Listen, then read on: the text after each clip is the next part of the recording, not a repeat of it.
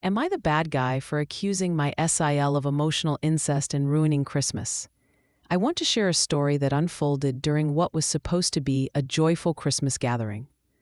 It all started when I, a 24-year-old woman, announced to my husband's family that I was pregnant.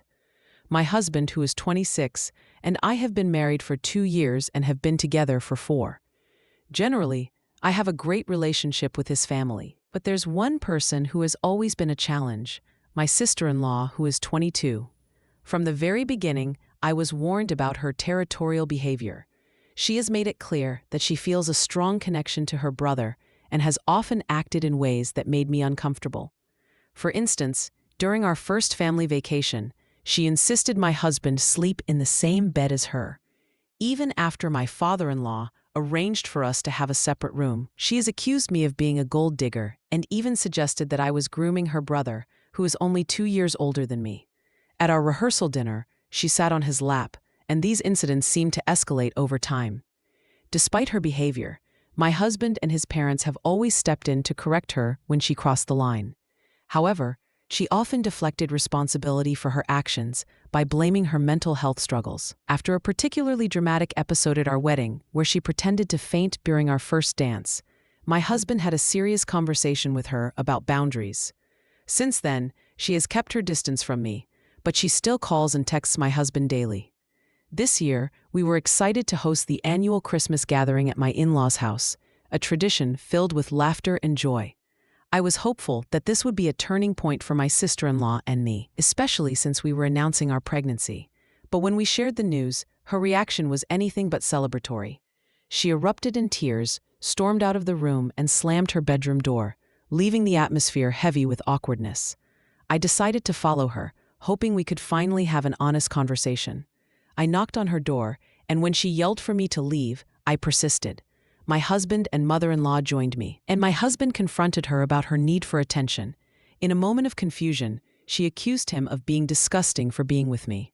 My husband, in his typical snarky fashion, responded, "Yeah, sometimes multiple times a day. She's my wife, what's your point?" This only fueled her anger further. What happened next was chaotic. She began screaming and hitting my husband, acting like a child throwing a tantrum. I reached my breaking point and shouted back, suggesting that her fixation on her brother was what was truly inappropriate. I realized I was raising my voice, but I felt compelled to speak my truth. In that moment, she curled up under a blanket and cried, while my husband tried to comfort her. My mother-in-law took us downstairs, where we found that most guests were leaving, and my father-in-law looked furious.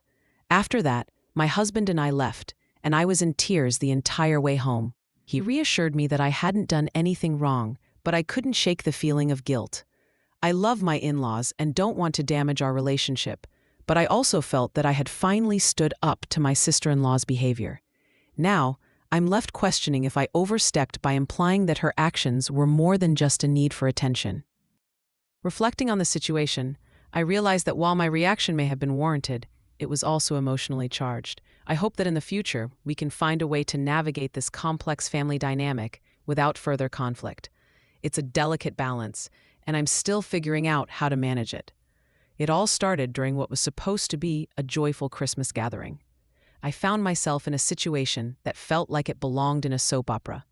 My sister-in-law, who I'll refer to as SIL, had been acting strangely for quite some time, but things escalated quickly at a recent family wedding. In front of everyone, she displayed some alarming behavior that left me feeling uneasy about her relationship with my husband. I knew I had to address my concerns, especially since I was pregnant and wanted to protect my little one.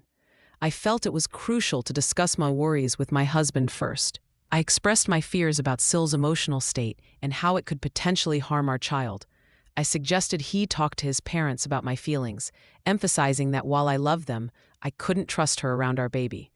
After sharing my thoughts, my husband reached out to his parents. To my surprise, they were not only supportive, but also shared their own concerns about Sil. My father-in-law had noticed her behavior before, especially during a conversation I had with my mother-in-law about lingerie. Sil had locked herself away for the rest of the night, and it seemed this incident had been troubling him for some time. My husband assured me that they would have a serious discussion about it the next day. The following morning, I woke up to a whirlwind of emotions. I realized I had made a mistake in my initial assessment of SIL's mental health. She had bipolar disorder, not borderline personality disorder. This distinction was important because it explained some of her erratic behavior.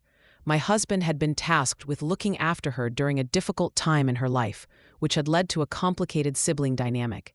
During the lockdown, my husband had found SIL in a precarious situation, which resulted in her being hospitalized for a week.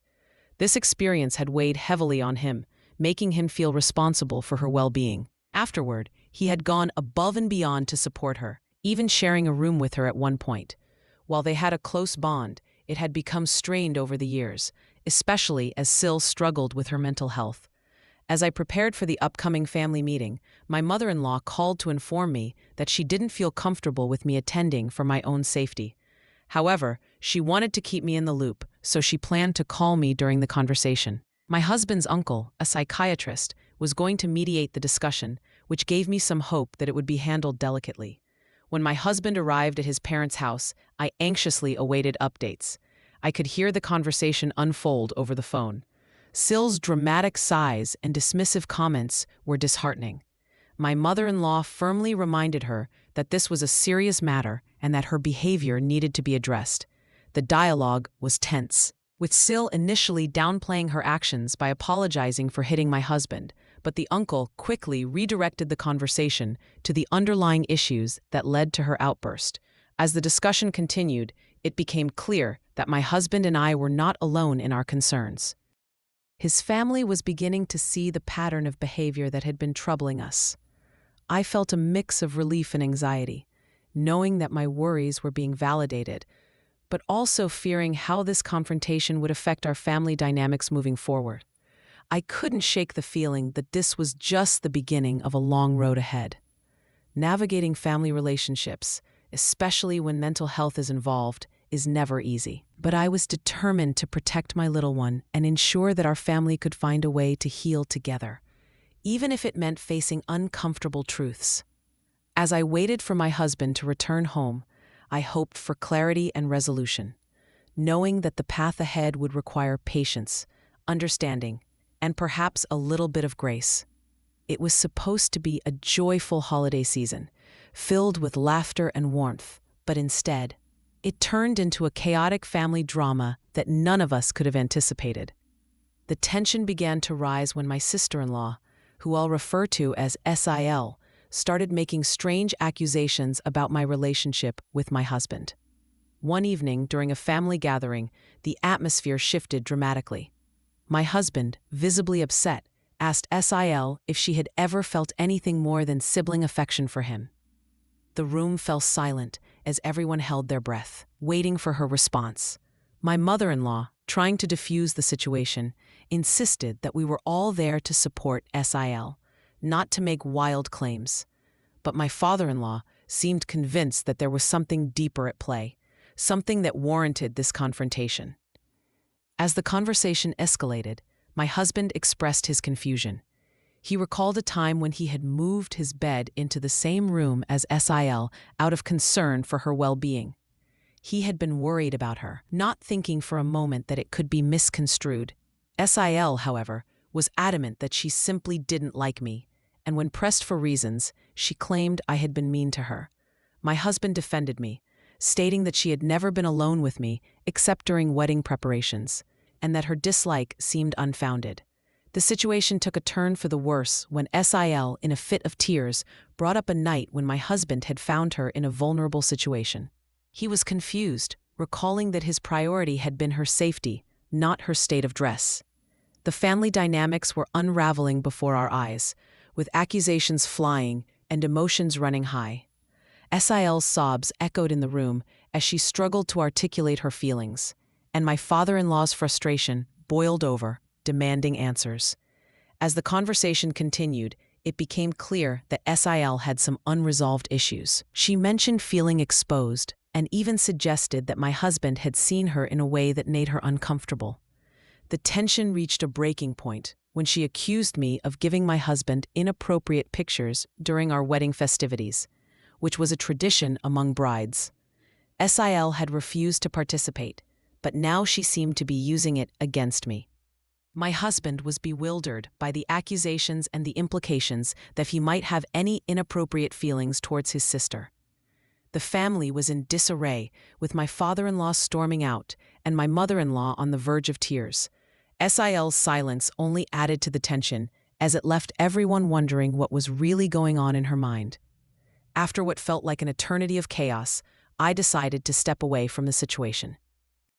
My husband called me shortly after, his voice trembling with emotion.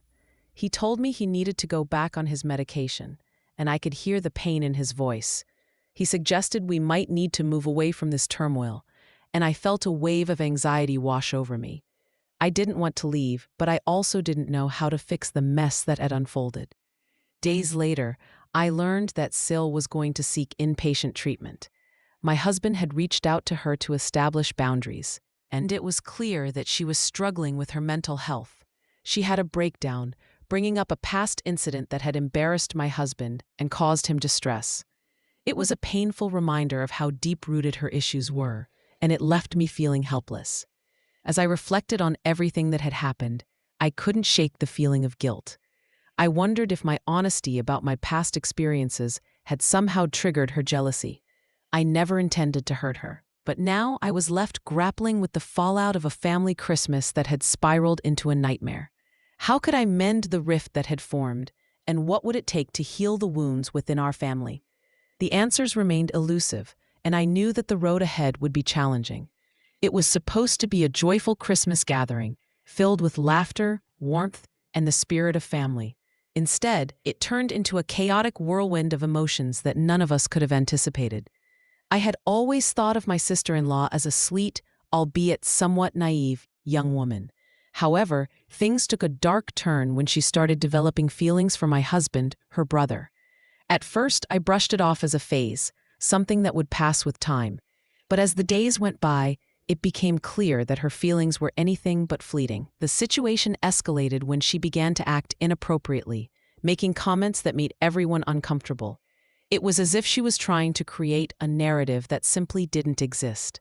When my husband confronted her, hoping to clear the air, she became defensive and even threatened to harm herself if he didn't reciprocate her feelings. It was a shocking moment that left us all reeling. As the ambulance arrived to take her to the hospital, my husband went through a whirlwind of emotions, confusion, anger, and a sense of helplessness. He couldn't understand how things had spiraled so far out of control. A mix of sympathy for her and frustration for the situation we found ourselves in. In the aftermath, I found myself reflecting on the nature of our family dynamics. Was I wrong to accuse her of emotional incest? I felt it was necessary to protect my husband and our family from this unsettling situation. But at the same time, I couldn't shake the feeling that perhaps I had gone too far in my accusations. As we navigated the fallout from that Christmas, I realized that family relationships can be incredibly complex. Emotions can run high, and misunderstandings can lead to rifts that seem impossible to mend. I knew we had to address this issue head-on, not just for our sake, but for my sister-in-law's well-being too. In the end, I learned that sometimes the most difficult conversations are the ones that need to happen the most.